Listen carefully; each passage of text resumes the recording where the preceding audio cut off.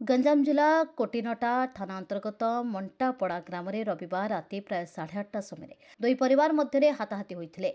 यह संघर्ष में उभय पक्षर 4 जन गुरुतर आहत होती। से गोटे पक्षर विचित्र प्रधान और भाई अभिनव प्रधान और अपर पक्षर मुकेश प्रधान और भणी उभय पक्ष को चिकित्सा लगी आसिका सरकारी डाक्तखाना चिकित्सित कर प्राथमिक चिकित्सा पर अवस्था गुरुतर थिबारु अधिक चिकित्सा लगी ब्रह्मपुर बड़ मेडिकल को पठाଯାଇଛି। उभय पक्षर धारू अस्त्र आक्रमण प्रति आक्रमण में बेक पेट आदि स्थान में आघात लगी। तेज क्यों परिस्थिति में एभली घटना घटिला ताहा स्पष्ट होइनी। घटना संपर्क में कोटिनटा पुलिस को पचारिबारु पुलिस खबर पाई तदंत आरंभ करिथिबा थाना अधिकारी दामोदर बिहारी सूचना दैछन्ति।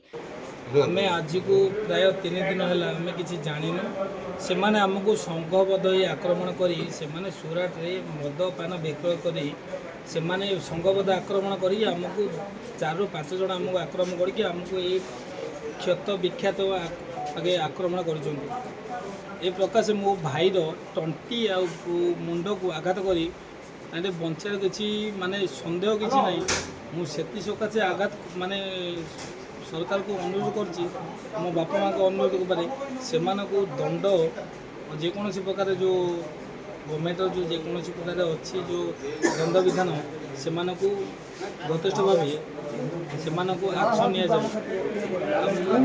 जानी आम से जो 11 दिन भोजी आम खाया जाइए से बीर बोतल भागी आम जो आक्रमण कर 5 जन प्राय आसिकारु हरिहर पाढ़ी रिपोर्ट।